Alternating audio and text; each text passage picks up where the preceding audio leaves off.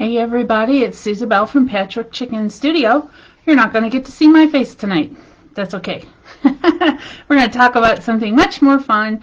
So, as you know, a lot of what we do is sewing, and so in fact it's 90% of what we do for our business. And this takes a lot of tools, and so I have a lot of sewing machines. Sewing machines can have specific purpose, like one machine may have the ability to sew through denim, so it's very heavy duty, and another machine does really beautiful quilting, and another machine serges the edges of things. And so I have a rotation of 5 machines that I use for different things on a regular basis. And mine are all vintage machines. You've seen some of those before in our lives.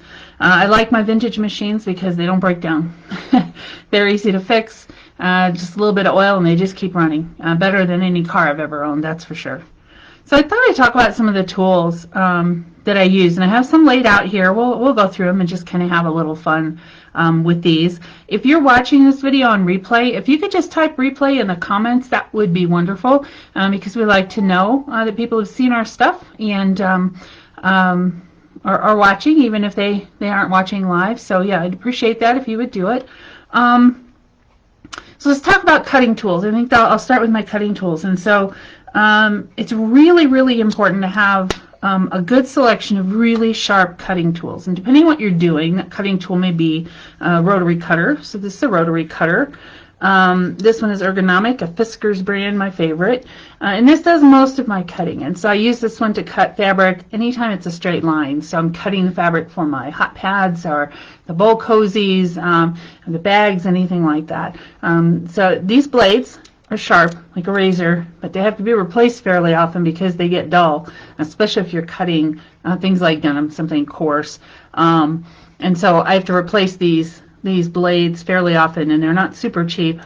So I buy them in sets of 10, and then it takes me about 6 months to go through 10, and then I have to replace them. And I have other sizes of these rotary tools, and this is a little bitty one. And this one actually, you can see I've marked it, and that says paper. I know that's backwards.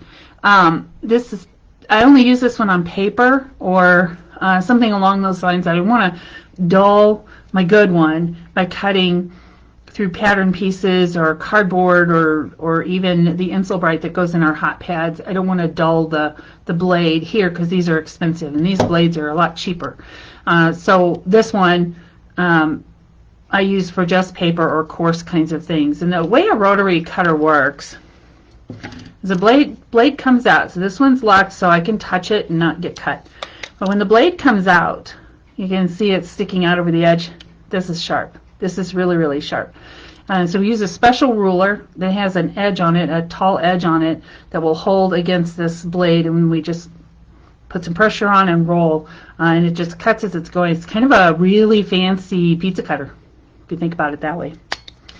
The other thing you need is a really good pair of heavy scissors. So I have multiple pairs of these. I like these because they're spring-loaded. Now, if I watch for them to go on sale, I usually can get them at a reasonable price, and I have multiple pairs.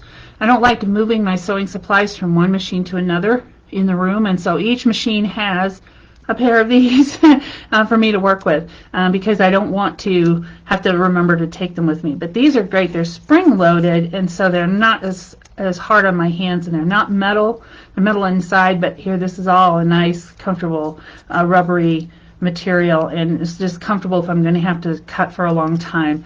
And these can be sharpened, so I can take them to a professional knife or scissors sharpener and get them sharpened on a regular basis, because they will dull just like those blades will. And then I have small scissors that I use, and there's a pair of these by every machine. You can see these hit the table a lot. You see the little dirt there, but these are for snipping the threads after I pulled fabric from the sewing machine. And so I have a lot of pairs of these. Again, these can be sharpened as well. These are, I believe, a Singer brand. Doesn't really matter. I just want really, really sharp scissors. Like, I'm not going to go to the Office Max and buy scissors. Those aren't going to be sharp enough for fabric and thread. So these are specially made for sewing. Get these at the the fabric store, or I can order them online.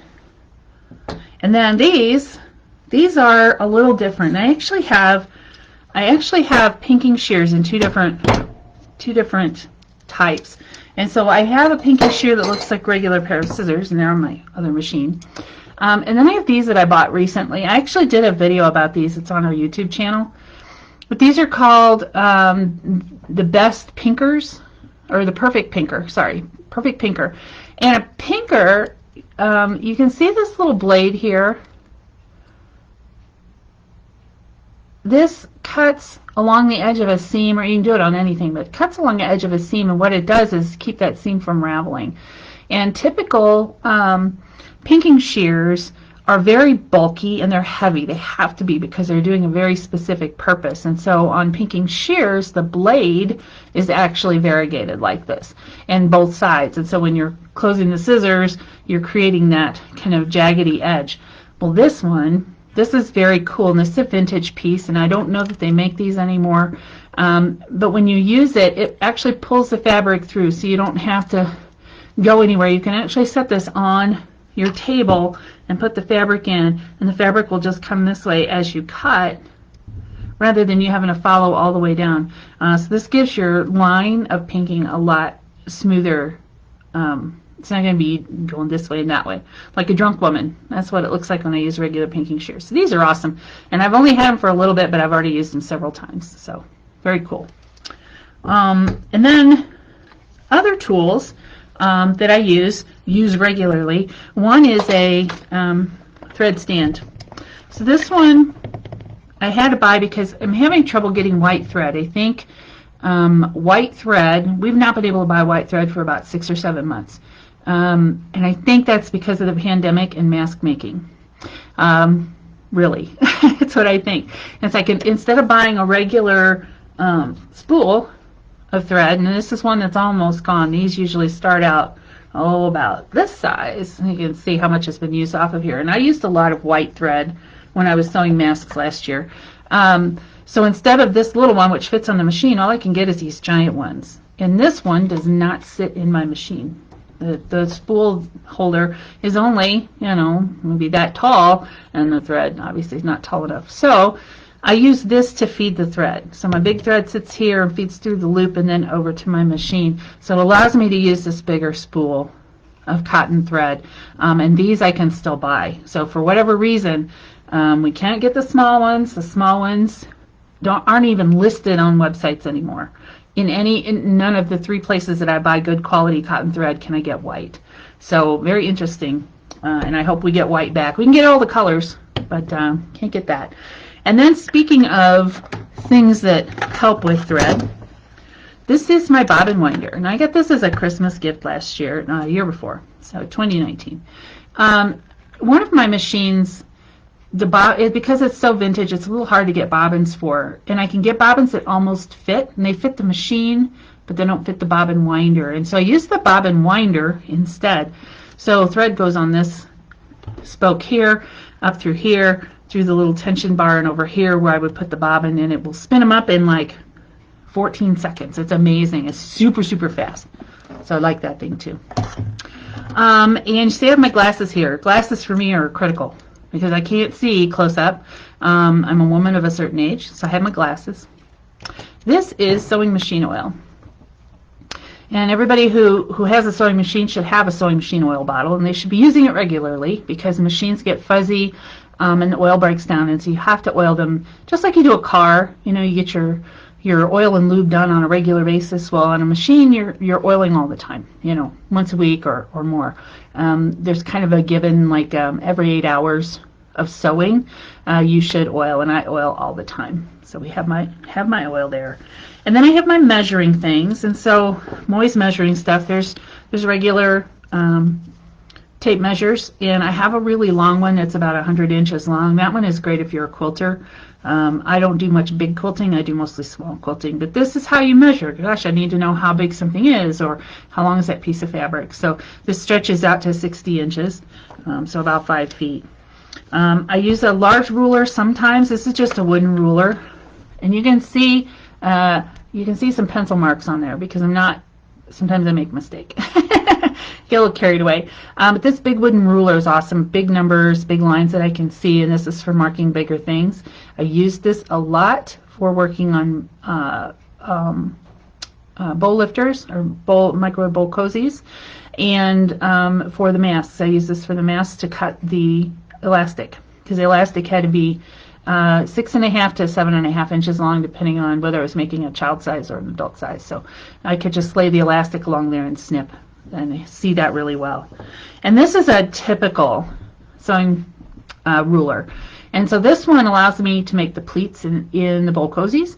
And so this slides. And so when you're measuring, you can put this on the edge of the fabric and pull your fabric up. It's also used for setting hems. And so the fabric's under here and you want to turn the hem up. Maybe you want a 1-inch hem. So you're going to turn that up here. And then you can just mark as you go along or put pins in, which is what I do. So that's another measuring device. We always have screwdrivers, and actually this is just one of them. I have a whole little bin full of screwdrivers because there are screws on machines that need to be worked with on a regular basis. And so some of the screws are small and some are big. This is a medium size little screwdriver. Because it's short, it fits underneath the places that it needs to go. This is a seam ripper.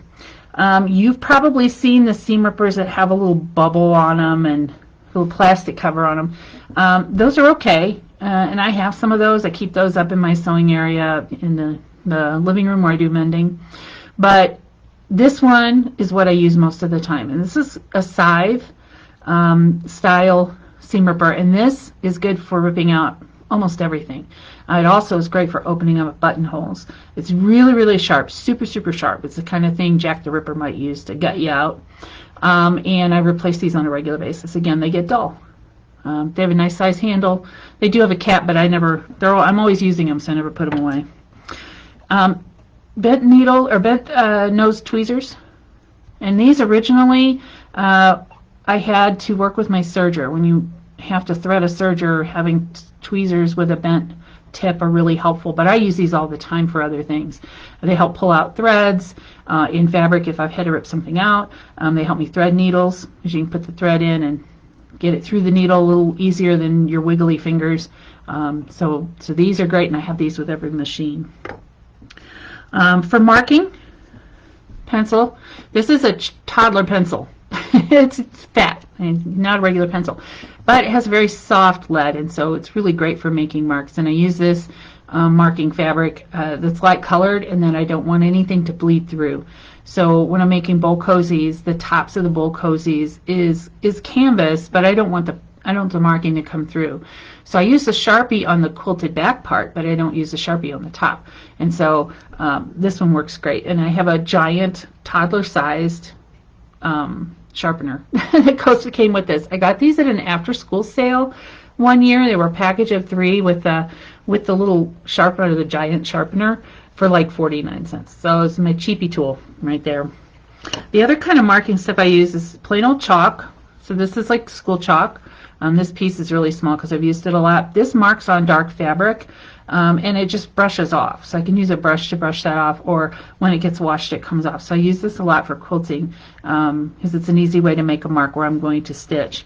But I also have these Taylor's chalks, and so they're hard. They're not like a regular chalk, and they take a little more effort to mark. But the Taylor's chalk comes in different colors, and so light and dark. So I can use this dark piece on lighter fabric and the lighter chalk on the darker fabric. And this will wash out in the wash. It will not brush off. So if I use it, I have to know that it's going to be seen until it's first washed. But these are great, and they stay sharp on the edges. So you can use these for years. These are brand new. So these have never been used, but I have ones where they're all rubbed down. You know, they're no longer little triangles. And then we have pins and things that hold fabric. And so I make these pin cushions with I pick up a random short cup at the thrift store. That's all that is, just a cup. And I think they're kind of cool.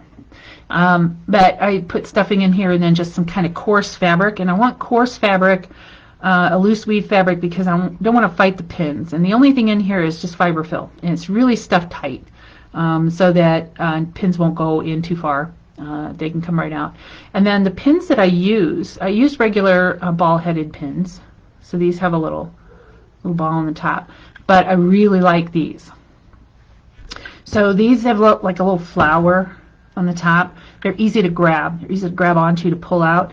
The only problem is these are stupid sharp. and I meant to say stupid sharp. I'm always poking myself with these, whereas the ball-headed pins are just the pin itself is a little bigger, and I don't seem to hurt myself so much. But these are flexible. They're very thin. That's why they're so sharp, which means I can sew over them. And being able to sew over a pin saves me time rather than having to stop and take out a pin and then continue to sew. I go much faster when I can just zip right through it. If you saw my mask making video where I did just a little time lapse of me making a mask, I put the pins in and I stitch over them. I take them out afterwards because it's a more efficient way, and I can do more in a short amount of time. And then there's these little clips. These are just little spring-loaded plastic clips. Quilters love these, and I'm a quilter, but I don't love these. They are not my favorite thing. They're good for temporarily holding things, but you can't sew over them or near them because they're fairly bumpy. They're fairly tall, and so I have to stop and pull these out. So these I use more for hand stitching, where I want to hold something down until I get to that spot with my needle. But I do have a whole thing of these. Somebody recommended them to me, and I don't think I've used them more than a handful of times. Really, it just don't. They're just not my favorite thing.